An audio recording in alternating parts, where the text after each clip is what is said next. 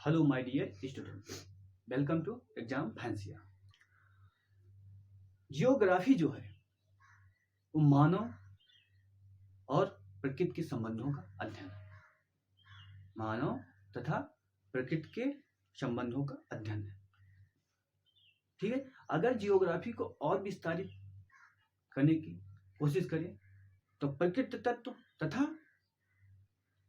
प्रकृति तत्व जो है इनको आप निर्जीव कह सकते हैं तथा जीव तत्व, जीव क्या है जिसमें चेतना है, इन दोनों के मध्य संबंधों का अध्ययन है।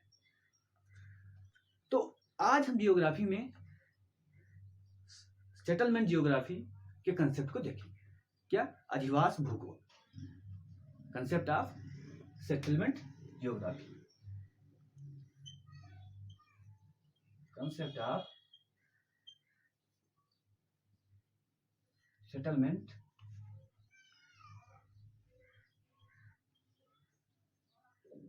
जियोग्राफी। ठीक है,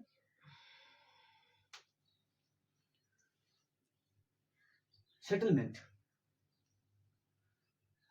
क्या होता है? सेटलमेंट पहले इसको हम देख लेंगे। सेटलमेंट क्या होता है या अधिवास क्या होता है? मनुष्य प्राचीन काल से अपने आप को सुरक्षित करने की कोशिश कर रहा है, प्राचीन काल से, और आज भी मनुष्य अपने आप को क्या कर रहा है? सुरक्षित करने की कोशिश कर रहा है। सुरक्षित करने के क्रम में मनुष्य ने जो पहला काम किया वो क्या किया? अधिवास का निर्माण। पहला काम क्या किया? अधिवास का निर्माण। अब अधिवास का निर्माण किया तथा समूह में रहना शुरू किया। अधिवास का निर्माण किया तथा समूह में रहना शुरू किया। अब हम कहें तो अधिवास क्या होता है? अधिवास क्या होता है? अधिवास जनसंख्या के समूहन से जो इकाई बनती है उसे ही क्या कहते हैं? अधिवास कहते हैं। या ऐसे कह सकते हैं अधिवास बसाव युक्त एक इकाई है। क्या है? बसाव युक्त एक इकाई है। कैसे? इसको उदाहरण से समझते हैं। ये आपका विलेज हो सकता है। क्या? ये आपका विलेज है, ये रोड है, दोनों तरफ गांव बसे हुए हैं, दोनों तरफ छोटे छोटे घर हैं, इधर भी है और इधर भी है, छोटे छोटे घर। अब ये जो हुआ ये एक अधिवास हो गया। क्या? ये एक अधिवास हो गया। यहाँ पर किस तरह घर बना है वो यहाँ पर अध्ययन करेंगे। किस तरह यहाँ पर स्थल है यहाँ। इसी तरह ये भी क्या हुआ? ये बसाव युक्त अधिवास है एक, यानी छोटे छोटे घरों का क्या कह सकते हैं? समूह है। क्या? छोटे छोटे घरों का समूह है। इसे ही बोलते हैं अधिवास। क्या? इसे ही बोलते हैं अधिवास। ठीक है, अधिवास क्या है? बसाव युक्त इकाई है। वो इकाई किसी भी रूप में हो सकती है, चाहे झोपड़ी के रूप में, चाहे वो बिल्डिंग के रूप में, किसी भी रूप में हो सकती है, चाहे टेंट के रूप में, किसी भी रूप में हो सकती है। ठीक है, तो अधिवास का अर्थ आप लोगों ने समझा। अब हम देखते हैं कंसेप्ट। कंसेप्ट देखेंगे, उसके बाद अधिवास के सारे फीचर जो होते हैं उसका अध्ययन किया जाएगा। ठीक है, पहला कंसेप्ट। देखते हैं पहला concept, concept of rural settlement. Concept of rural settlement. ठीक है, कंसेप्ट ऑफ रूरल सेटलमेंट। अब रूरल सेटलमेंट क्या है? अब रूरल सेटलमेंट भी एक प्रकार की क्या है? इकाई है। क्या है? एक प्रकार की बसाव युक्त इकाई है। ठीक है, अब रूरल जो सेटलमेंट है उसको हम कैसे निर्धारित करेंगे कि कोई रूरल है? रूरल सेटलमेंट है तो कैसे हम निर्धारित करेंगे कोई रूरल सेटलमेंट है। पहला, मैंने आपको बताया है कि प्राथमिक क्रिया क्या होती है। क्या प्राथमिक क्रिया क्या होती है? ठीक है, यानी कि ऐसा इकाई क्षेत्र जिसमें प्राथमिक क्रिया को महत्व दिया जाता है। प्राथमिक क्रिया को सबसे ज्यादा महत्व दिया जा सकता है। कह सकते हैं 80% लोग प्राथमिक क्रिया से ही क्या है, संलग्न है, प्राथमिक क्रिया में ही संलग्न है। ठीक है, अब प्राथमिक क्रिया में क्या क्या आएगा, जैसे कृषि, यानी लोग कृषि करते हैं। ठीक है, पशुपालन, लोग पशुपालन करते हैं। ठीक है, और पशुपालन और क्या हो सकता है, पोल्ट्री फार्म हो सकता है, पोल्ट्री फार्म हो सकता है। और क्या हो सकता है, और क्या हो सकता है, खनन हो सकता है, खनन का कार्य। ठीक है, और क्या हो सकता है, मत्स्य हो सकता है, मत्स्य हो सकता है, यानी मछली से संबंधित कार्य। ठीक है, या मिट्टी से जो कुम्हार बनाते हैं वो हो सकता है। यानी तो प्राथमिक क्रियाएं हैं यहाँ पर। अगर ये क्रिया किसी भी इकाई में, किसी भी बसाव युक्त इकाई में अगर इन क्रियाओं का क्या है, प्रमुख योगदान है, तो उसे रूरल सेटलमेंट बोलेंगे। ठीक है, एक इसमें अभी और बहुत सारे जोड़ सकते हैं, जैसे कोई ऐसी इकाई जिसमें क्या हो, ग्राम प्रधान व्यवस्था हो, उसको भी हम रूरल इकाई बोलेंगे। तो ऐसे आप, ये हो गया ज्योग्राफी से संबंधित, ऐसे बहुत से विषय हैं, उनके आधार पर हम भी क्या रूरल सेटलमेंट को क्या कर सकते हैं, निर्धारित कर सकते हैं कि रूरल सेटलमेंट कैसा है। ठीक है, तो पहला क्या हो गया कि प्राथमिक क्रिया का प्रमुखता हो। तो अगर प्राथमिक क्रिया की प्रमुखता है तो द्वितीयक और तृतीयक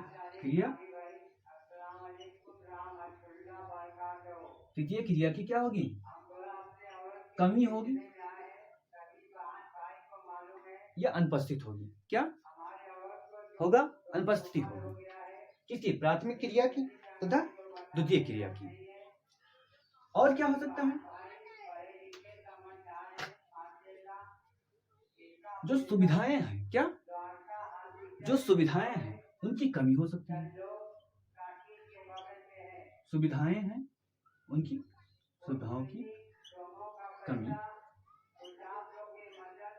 सुविधाओं की कमी हो सकती है। अब सुविधाओं में बहुत सारी सुविधा आ सकती है।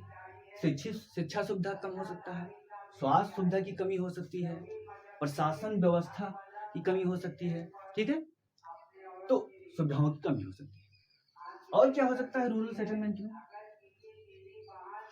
रूरल सेटलमेंट में और क्या हो सकता है, प्राथमिक क्रिया की कमी है तो द्वितीय और तृतीय, और प्राथमिक क्रिया की प्रमुखता है तो द्वितीय और तृतीय क्रिया की कमी होगी, सुविधाओं की कमी होगी। ठीक है, और नगरीय विशेषता ना हो। क्या, नगरीय विशेषता ना हो। ठीक है, अब इस आधार पर हम क्या एक रूरल सेटलमेंट की पहचान कर सकते हैं। क्या, और बहुत सारे हैं, लेकिन वो अन्य विषय से संबंधित हो जाएंगे, आपको दूसरे विषय में जाना पड़ेगा। ठीक है, पॉलिटी में जाना पड़ेगा, हिस्ट्री में जाना पड़ेगा, लेकिन हम जियोग्राफी तक ही रहेंगे। पहला कंसेप्ट क्या हुआ, कंसेप्ट ऑफ रूरल सेटलमेंट। अब रूरल सेटलमेंट में आप देखेंगे तो कुछ घर ऐसे होंगे, क्या कुछ घर ऐसे होंगे यानी कि बहुत सघन हो सकते हैं। कुछ घर आप देखेंगे क्या सघन नहीं होंगे, बहुत दूर दूर पर होंगे। तो इस आधार पर हम इसको क्या कर सकते हैं, विभाजित भी कर सकते हैं। क्या, विभाजित भी कर सकते हैं कि एकाकी रूरल सेटलमेंट और सघन रूरल सेटलमेंट और खंडित रूरल सेटलमेंट। ठीक है, इनको हम विभाजित भी कर सकते हैं। ठीक है, अब दूसरा कंसेप्ट देखते हैं। क्या, दूसरा कंसेप्ट देखते हैं, concept of concept of rural हो गया, अर्बन सेटलमेंट, अर्बन सेटलमेंट, ठीक है। कंसेप्ट ऑफ अर्बन सेटलमेंट यानी कि नगर, नगर भी क्या होगा, एक इकाई होगा, अधिवास युक्त इकाई होगा, ठीक है। तो अर्बन हम किसे कहेंगे, नगर हम किसे कहेंगे, नगर हम किसे कहेंगे, पहला क्या होना चाहिए, द्वितीयक और तृतीयक क्रिया, आर्थिक क्रिया की प्रमुखता हो, क्या हो, द्वितीयक और तृतीयक क्रिया की प्रमुखता हो, ठीक है। यानी कि प्राथमिक क्रिया वहां पर कम से कम हो, क्या, प्राथमिक क्रिया वहां पर कम से कम होना चाहिए, ठीक है। अब प्राथमिक क्रिया कम से कम है तो उसकी प्रथम विशेषता हो गई कि वो नगरीय क्षेत्र में आ सकता है या हो सकता है, ठीक है। दूसरा, उसकी जनसंख्या 5000 से अधिक हो, क्या हो, 5000 से अधिक हो, ये आप याद रखना, ये पॉइंट पूछा जाता है एग्जाम में, पूछा जाता है, प्री एग्जाम में पूछा जाता है। तो 5000 से अधिक होना चाहिए, 5000 से अधिक होना चाहिए। ये जनसंख्या जब जनगणना होता है तो इसको बताया गया है। अब 2021 में जनगणना होगा तो हो सकता है इसको बढ़ा दिया जाए, तो वो दूसरा हो जाएगा, ठीक है। क्या हमने देखा, 5000 से अधिक होना चाहिए, नगर की जनसंख्या 5000 से अधिक होना चाहिए, ठीक है। और भारत सरकार ने एक स्थानीय सरकार की व्यवस्था की है, यानी कि गांव में जैसे प्रधान, गांव में जैसे प्रधान, उसी तरह नगर में भी ऐसी व्यवस्था है, उसी तरह व्यवस्था सेम है। नगर पालिका हो गया, छावनी हो गया, नगर परिषद हो गया, ऐसी व्यवस्था है। इन संस्थाओं द्वारा क्या किया गया हो, नोटिफाई किया गया, नगर पालिका द्वारा, नगर पालिका के द्वारा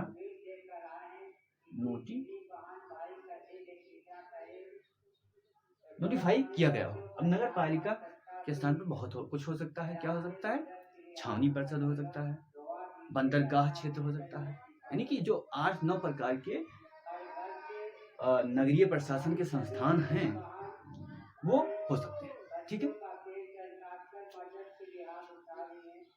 ये हो गया, इतनी विशेषता होनी चाहिए अर्बन सेटलमेंट। अब अर्बन सेटलमेंट को आप देखो, जैसे टाउन, टाउन क्या है अर्बन सेटलमेंट, लेकिन टाउन या सिटी में कुछ अंतर है, टाउन या सिटी में कुछ अंतर है, अंतर जरूर होगा। टाउन क्या होगा, छोटा होगा, टाउन छोटा होगा। जैसे अब जहां भी रहते हैं वहां पर आप देखेंगे आपका ब्लॉक होता है, क्या होता है, आपका ब्लॉक होता है। तो ब्लॉक एक प्रकार का टाउन ही होता है, ब्लॉक क्या होता है, एक प्रकार का टाउन है। और जब आप अपने शहर में बिल्कुल केंद्र में जाएंगे, केंद्र में जहां पर डीएम आवास है, डीएम आवास है, जहां पर सारी सरकारी मशीनरी हैं, तो सिटी हो जाता है, तो क्या हो जाता है, सिटी हो जाता है। अब सिटी से भी आगे आप जाएंगे, सिटी से भी आगे जाएंगे तो क्या होगा, मेट्रो हो जाएगा, क्या हो जाएगा, मेट्रो सिटी हो जाएगा। आप बाराबंकी में रहते हैं, वहां पर एक ब्लॉक है तो आप टाउन में हैं।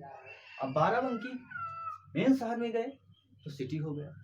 अब वहां से आप आ गए लखनऊ तो क्या हो गया, मेट्रो सिटी हो गया, या मेट्रोपोलिस बोलते हैं। उससे भी अगर आगे जाएंगे तो जो सिटी बनता है उसको बोलते हैं मेगालोपोलिस, क्या बोलते हैं, मेगालोपोलिस। इसको हम पढ़ेंगे, लेकिन अभी कंसेप्ट आया है तो ये आपको केवल हिंट दिया जा रहा है, ठीक है। तो ये है urban settlement. Concept of urban settlement. ठीक है, दो सेटलमेंट हो गए, दो कंसेप्ट हो गए, concept of rural settlement, concept of urban settlement. अब अगला है concept of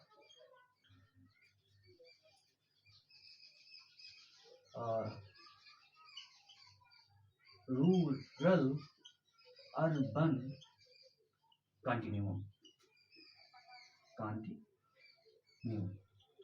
concept of rural urban continuum. ठीक है, अब ये क्या होता है? अब जब आप शहर में रहते हैं या आप गांव में रहते हैं, कहीं भी रहें, तो आपको ऐसा महसूस होता है कि जब आप शहर में आए तो लाइफ बिल्कुल चेंज हो गई, जब गांव में आए तो लाइफ बिल्कुल चेंज हो गई, बिल्कुल अंतर दिखाई देता है। तो इसको हमने किस में देखा? कंसेप्ट ऑफ रूरल सेटलमेंट में, कंसेप्ट ऑफ अर्बन सेटलमेंट में। अब यहाँ पर है क्या? Concept of rural urban continuum. अब ये क्या है?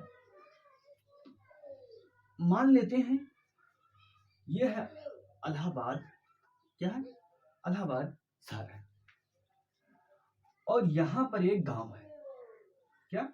यहाँ पर एक गांव है, इसको मान लेते हैं मुनीरपुर, क्या? मुनीरपुर मान लेते हैं। अब इस गांव में अगर आप रह रहे हैं तो आप फील करेंगे क्या? बिल्कुल ग्रामीण रंग, ग्रामीण रंग, विशेषता, भाषा सब देखेंगे। यहां पर जब आएंगे आप तो यहाँ पर अलग विशेषता देखेंगे। लेकिन आप इधर से चलिए और इधर से चलिए, चलते आइए, क्या कहीं ऐसी स्थिति होगी जहां पर इसकी भी थोड़ी विशेषता हो और इसकी भी थोड़ी विशेषता होगी? ऐसा क्षेत्र हो सकता है जहां पर नगरीय विशेषता भी हो और ग्रामीण विशेषता भी हो, यानी कि संक्रमणीय अवस्था में हो। वो क्या हो? संक्रमणीय अवस्था में हो। और जब नगर का प्रसार होगा तो इसको वो अंदर कर सकता है। ग्राम का प्रसार तो हो नहीं रहा है, नगर का प्रसार हो रहा, तो नगर इसको क्या कर सकता है? अपने जद में ले सकता है। इसमें ले सकता है, अपने जद में ले सकता है। तो यही है रूरल अर्बन कंटिन्यूम कंसेप्ट। ठीक है, अब देखते हैं अगला कंसेप्ट जो है उसको बोलते हैं आर्थिक आधार कंसेप्ट। क्या? आर्थिक आधार कंसेप्ट, आर्थिक आधार संकल्पना। ठीक है, ठीक है, क्या? Concept of economic base. अब इसमें आपको देखना है, क्या? इसमें आपको देखना है कि जो भी गांव है या शहर है, कुछ भी हो सकता है, क्या? गांव है या शहर है, कुछ भी हो सकता है, उसमें कौन सी एक्टिविटी जो है वो उस गांव के लिए या उस शहर के लिए आधारभूत कार्य कर रहे हैं, उस गांव के लिए या उस शहर के लिए आधारभूत काम कर रहे हैं। जैसे हमको घूमने का बहुत शौक है, क्या? हमको घूमने का बहुत शौक है। अब अगर आपको भी घूमने का बहुत शौक है तो क्या करोगे? चलते हैं कहाँ? शिमला घूमते हैं। अब ये है अपना शिमला, ठीक है। इसी शिमला में एक छोटा सा गांव है, पहाड़ी गांव। क्या है? पहाड़ी गांव है। लेकिन इस गांव के चारों तरफ जो प्राकृतिक दृश्य है वो बहुत मनोरम है। क्या? प्राकृतिक दृश्य बहुत मनोरम है। तो आजकल जो टूरिस्ट होते हैं वो नगर से ज्यादा ग्राम क्षेत्र में जाना पसंद करने लगे हैं, वो नए क्षेत्र में जाना पसंद करने लगे, क्योंकि नगर इतना पोल्यूटेड हो गया है कि वहां पर जाना कोई पसंद नहीं करता, जाना कोई पसंद नहीं करता। तो अब टूरिस्ट में ये भाव आ रहा है कि हम थोड़ा गांव में भी जाएं, कि भारत के गांव कैसे होते हैं या अमेरिका के गांव कैसे होते हैं।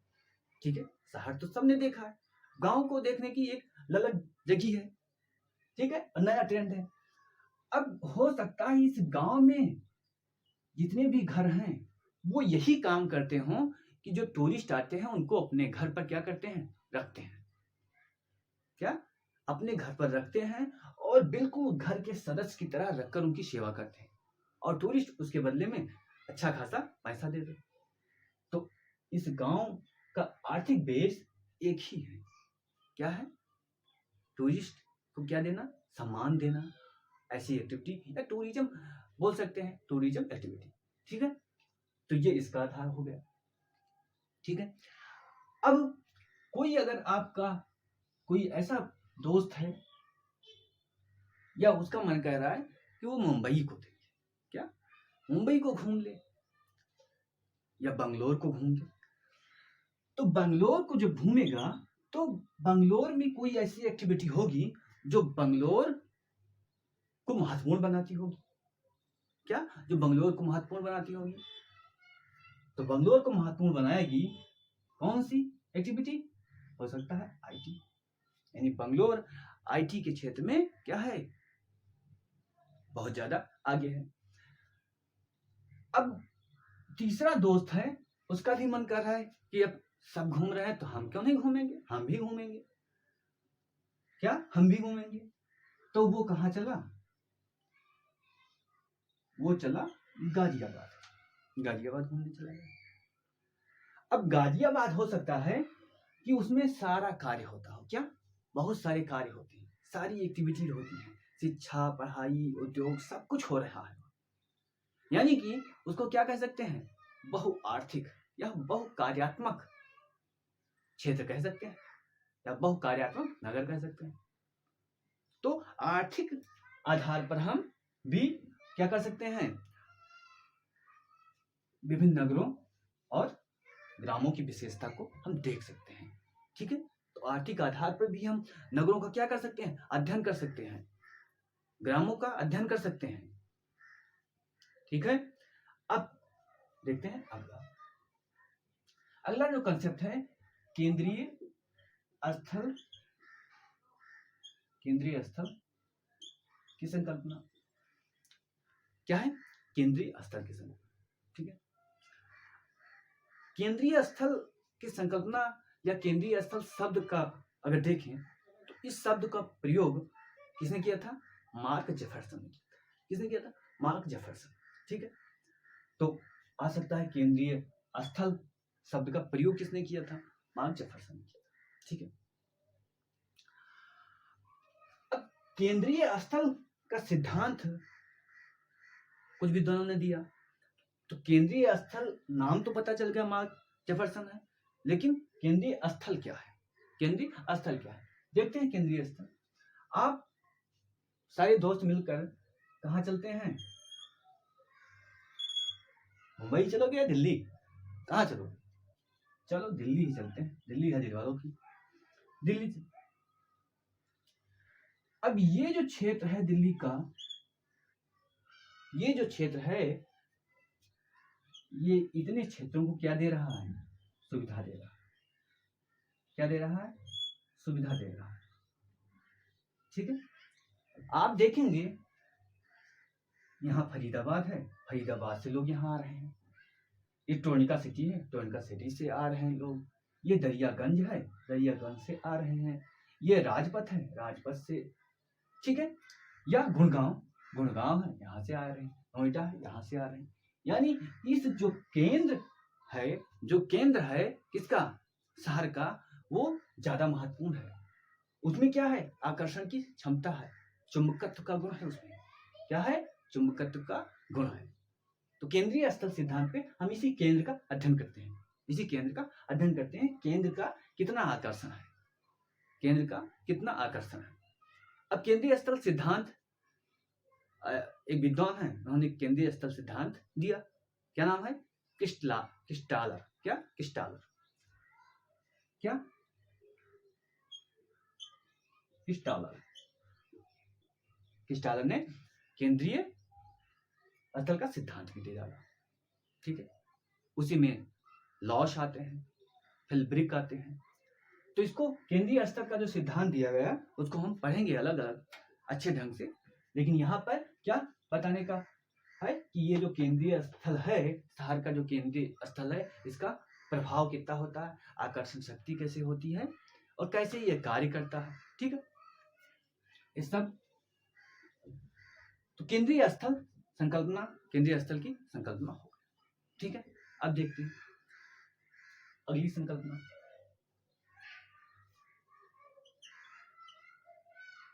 अधिवास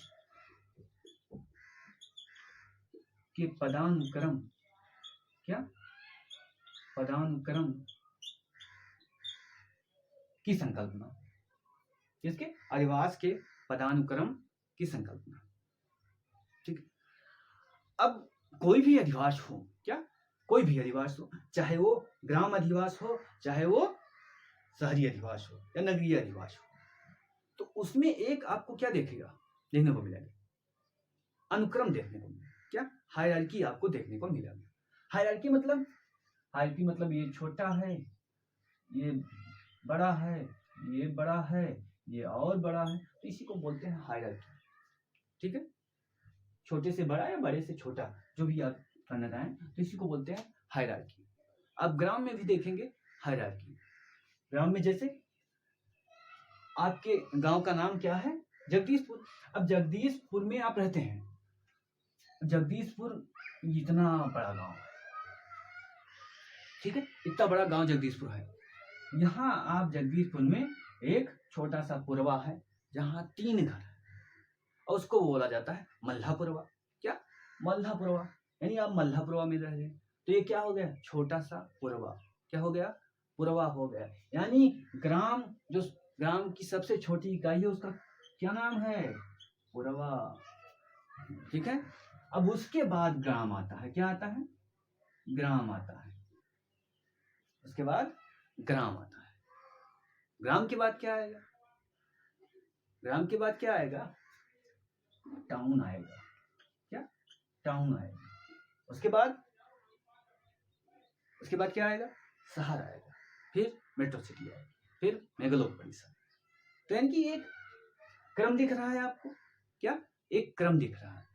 अब इन कर्मों के बीच जो अंतर संबंध है, इन कर्मों के बीच जो अंतर संबंध है उनका हम अध्ययन करेंगे।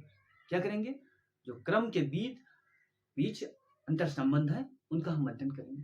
अब ये तो हमने एक साधारण वे में क्रम देख लिया, ग्राम, पूर्वा, ग्राम, टाउन। ठीक है, अब इसको हम विभिन्न माध्यमों से देख सकते हैं। विभिन्न माध्यमों से मतलब आधारों के आधार पर, विभिन्न आधारों के आधार पर देख सकते हैं। जैसे अगर हम जनसंख्या लेते हैं तो जनसंख्या के आधार पर हम इनको हायरार्की में रखेंगे, यानी पदानुक्रम में लिखेंगे। अगर आर्थिक क्रिया लेते हैं तो आर्थिक क्रिया को पदानुक्रम में इनको रख सकते हैं। अगर हम शिक्षा रखते हैं तो शिक्षा को पदानुक्रम में रख सकते हैं। अगर हम अपराध अपराध है तो अपराध के अनुसार इनको पदानुक्रम में रख सकते हैं। आप देखेंगे अपराध से संबंधित एनसीआरबी की आती है क्या रिपोर्ट, उसमें ये शहर बहुत ज्यादा क्या है, यहाँ बहुत ज्यादा अपराधी, सबसे ज्यादा वहां पर FIR लिखा। या क्या हो सकता है, स्वच्छता पर हो जाता है। क्या स्वच्छता पर भी हायरार्की हो जाती है। जैसे सबसे स्वच्छ शहर कौन, सूरत है या इंदौर है, इंदौर है, उसमें भी हायरार्की आप देखेंगे। तो इसी हायरार्की का अध्ययन हम करते हैं, और हायरार्की का अध्ययन करने से क्या होता है, जो कमी होती है उसको हम पूरा करने की क्या करते हैं, कोशिश करते हैं। ठीक है, क्या करते हैं, कोशिश करते हैं। अब आगे देखते हैं। ठीक है, आगे देखते हैं। आगे जो है इसको बोलते हैं नगरीय उपांत। नगरीय उपांत,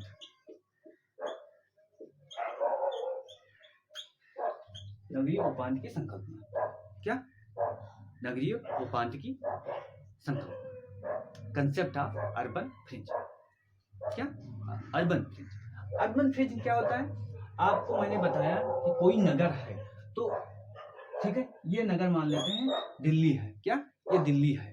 ठीक है, अब ये दिल्ली कितने दूर तक प्रभावित कर रही है, क्या कर रही है, कितने दूर तक दिल्ली ने क्या किया है, क्षेत्रों को अपने जद में लिया है। क्या लिया है, क्षेत्रों को अपने जद में लिया है। क्या लिया है, जद में। यानी कि यहाँ पर दिल्ली का प्रभाव है, यहाँ पर दिल्ली है, यहाँ पर दिल्ली, यानी दिल्ली में जो एक्टिविटी है वो धीरे धीरे क्या हो रही है, फैल रही है। क्या, दिल्ली की एक्टिविटी किनारे भाग पर क्या हो रही है, फैल रही है। दिल्ली ये केंद्र है और केंद्र से दिल्ली चारों तरफ फैल रही है। इसी को बोलते हैं फ्रिंज, अर्बन फ्रिंज बोलते हैं इसे। क्या बोलते हैं, अर्बन फ्रिंज। इसी को, ये जो क्षेत्र है जहां पर कम प्रभाव, कम मतलब ये दिल्ली का एक्टिविटी है, तो इसको बोलते हैं द्राबा क्षेत्र। क्या, द्राबा क्षेत्र। क्या बोलते हैं, द्राबा क्षेत्र। क्या बोलते हैं, द्राबा क्षेत्र। ठीक है, द्राबा, यानी कि दिल्ली का प्रसार यहाँ हो रहा है, कुछ दिन बाद यहाँ दिल्ली पहुंच जाएगी, दिल्ली की जो एक्टिविटीज है वो यहाँ पहुंच जाएगी। इसको ये भी बोलते हैं सांध्य प्रकाश क्षेत्र। क्या, सांध्य प्रकाश क्षेत्र। सांध्य प्रकाश क्षेत्र मतलब यहाँ पर दिल्ली से संबंधित एक्टिविटी शुरू हो गई है और दिल्ली कुछ दिन बाद इसको भी जद में ले लेगा, इसको भी जद में ले लेगा। ठीक है, तो ये होता है नगरीय उपांत, यानी कंसेप्ट ऑफ अर्बन फ्रिंज। अगला कंसेप्ट है नगरीय प्रभाव क्षेत्र। अभी तक हमने कार्य को देखा कि कार्य दिल्ली से संबंधित जो जितनी एक्टिविटी हो कैसे फैल रही है, नगर कैसे प्रसार कर रहा है, वो ये चारों तरफ जो फैलता है वो फ्रिंज के रूप में, उसे ही बोलते हैं अर्बन फ्रिंज, चारों तरफ फैलता है। अब ये है नगरीय प्रभाव, इसको अम्लैंड भी बोलते हैं। क्या, अम्लैंड भी बोलते हैं। अब उसमें हमने देखा था कि वो उसकी क्या भौतिक रूप बढ़ रहा था। क्या, दिल्ली का भौतिक रूप बढ़ रहा था। यहाँ पर क्या देखेंगे कि दिल्ली, अगर बीच में दिल्ली है तो दिल्ली कहाँ तक प्रभावित करती है, नोएडा, फरीदाबाद, क्या, गाजियाबाद। ठीक है, ऐसे बहुत सारे क्षेत्र देखेंगे, एनसीआर में आपको बहुत सारे जिले मिल जाएंगे, उत्तर प्रदेश के मिलेंगे, हरियाणा के मिलेंगे और राजस्थान के मिलेंगे। तो ये सब क्षेत्र मिले। अब ये प्रभाव है, क्या है, प्रभाव है। इसी को बोलते हैं क्या, आर्मलैंड, कंसेप्ट ऑफ आर्मलैंड। ठीक है, सो आज के लिए इतना ही, फिर मिलते हैं। जय हिंद, जय भारत।